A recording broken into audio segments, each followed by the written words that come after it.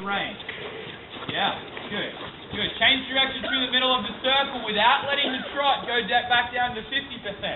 Got to stay 65. Yeah, keep going 65. Come on. Yeah. Come on, Charlie. Use those back legs. Good. Yeah.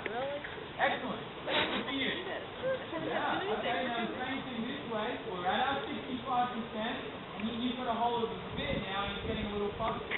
I want you to bring your right hand towards me. I want you to use an open rein, and then I want you to have a conversation with your right hand. I want you with your ring finger, your right ring finger, to gently just squeeze the rein and soften. Squeeze the rein and soften. He's just getting a little bit argumentative about that bit. Yeah? You kind of let him go, and he doesn't really have to accept the bit in his mouth. And so when you pick it up, he's going, no, you don't normally do this. So what we're trying to do is, we're trying to keep the trot at 65, keep the trot at 65%, yeah, and you go turn your hand right. Oh, that's okay, no big deal, no big deal. What you do a little bit, you have a tendency to lean forward, tip forward, and peek down. I want you to keep your eyes up, and excellent, good. Eyes up, and your left leg just slides back, that's right. Back to the trot again, look up, don't look down. Yeah, you're a little tough there, you're a little hard there. Okay, don't worry about it, Okay. And trot forward. So in the canter, I want your left rein to be the brake. Okay, the outside rein is the brake. The inside rein is the steering and the one that has the conversation. Okay, don't worry. What you're going to do is here, when he wants to canter and get fussy with you, you're going to make the circle come in a little smaller. Alright? We have to change the way we deal with certain situations. Outside rein after the trot. Yeah. If you make the circle a little smaller, he's not as easily able to just pop into a short canter all the time. That's what's got to go more forward. See, this is where he kind of baits you into a little bit of a thing. You don't want to go faster, because you don't want him to pop into the canter. You don't want him to keep cantering off. But the issue is that when he brings his trot back and he does a little trot on the spot, he's not really going anywhere. And he has more ability to call the shot. Okay, you're the pilot, you've got to be the one that is in control. If you let him go back to that little place where that trot's on the spot, he can do whatever he wants from there. He can canter, he can suck back. So it's up to you, even though you don't really feel like you want to at that point in time, you've actually got to ride the horse more forward, yeah? Until he's back out here somewhere. Alright, and look at him, he's not cantering. Yeah, good. Change direction and go around back to the left. Your range has gotten a little long, but you know what? You actually held on to him for a pretty good while. So that's better.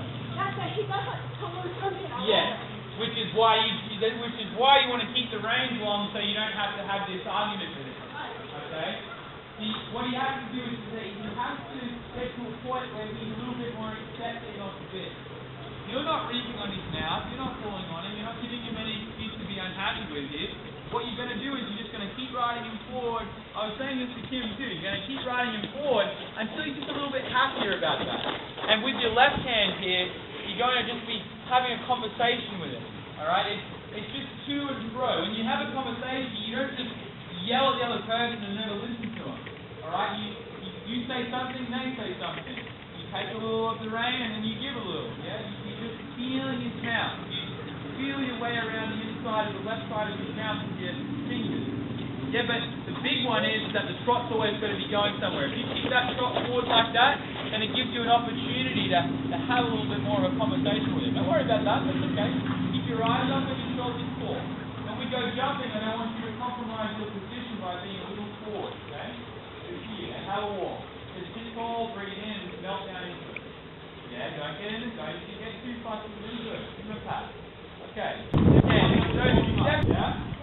Okay? That's good. Imagine if you improve this much every day for 3 weeks. Good. Again. Okay, I want you to change direction across the next diagonal. When he gets fussy there, think about, where's my trot, where are my reins, where are my hands? Have a conversation with your ring finger. Pressure on, pressure off. Good job. See, when he gets to that short trot, he's starting to dictate what he's going to do next. You are the pilot, yeah? Your decision. Good. And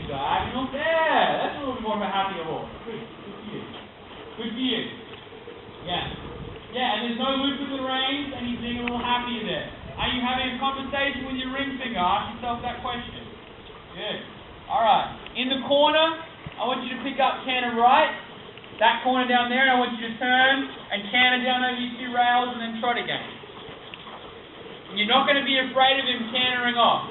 You're just going to ask him to go forward, have a conversation with your right ring finger.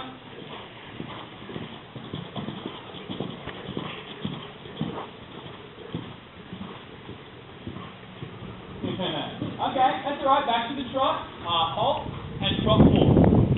Trot forward. That's your big one. If you canter and he starts cantering on the spot all the time, chances are when you came back to the trot, you let him go back to his little teeny weeny trot. Yeah? Come and do it again. This time, I want you to tell me at the end how many strides you did between the 2 rails. It's going to be even more complicated.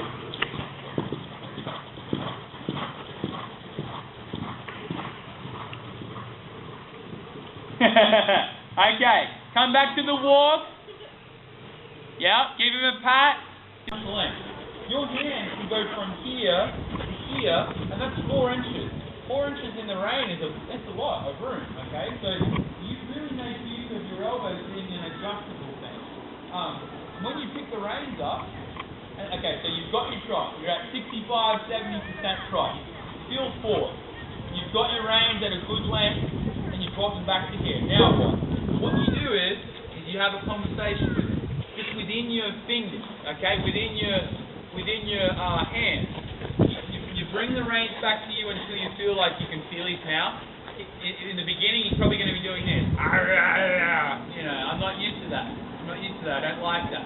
And when you get there, and you've got the good trot, as in your right hand is going to be saying, okay, I want you to just be a little happier about this. I want you to accept this bit a little bit more. And I'm going to do that by just gently squeezing the rein and softening the rein. Not doing this, yeah, just within your hand, okay?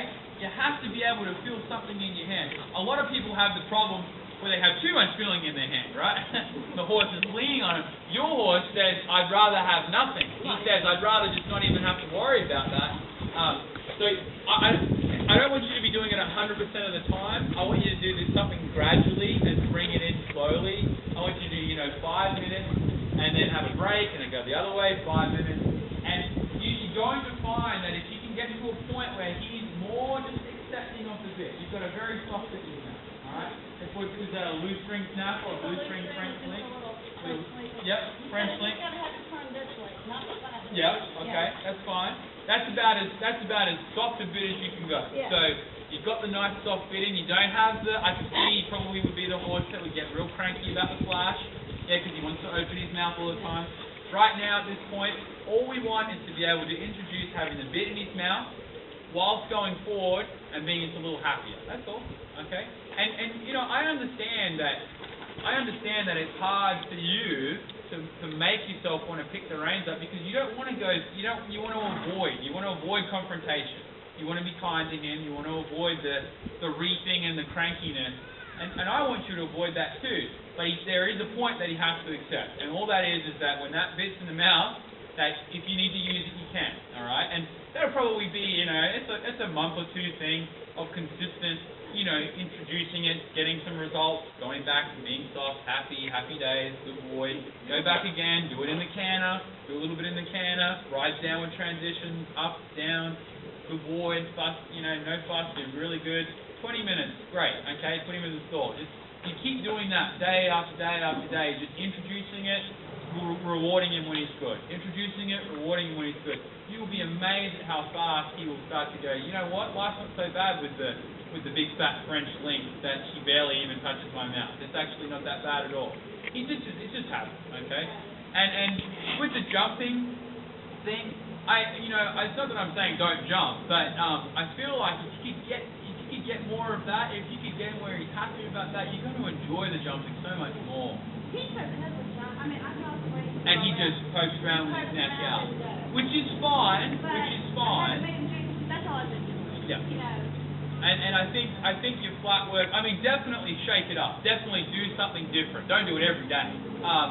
But throw some ground rails out there. Practice, even before you go over a jump, it could be one rail in the middle of your riding area, and you're working at the canter and you're going, oh, he's not pulling, he's not doing anything.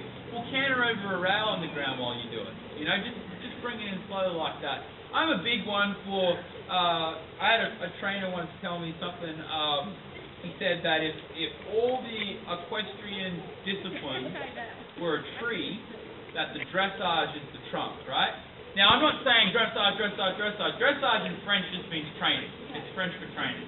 So, you just want to make him be happier with all these tools, and you're going to be able to enjoy your jumping so much.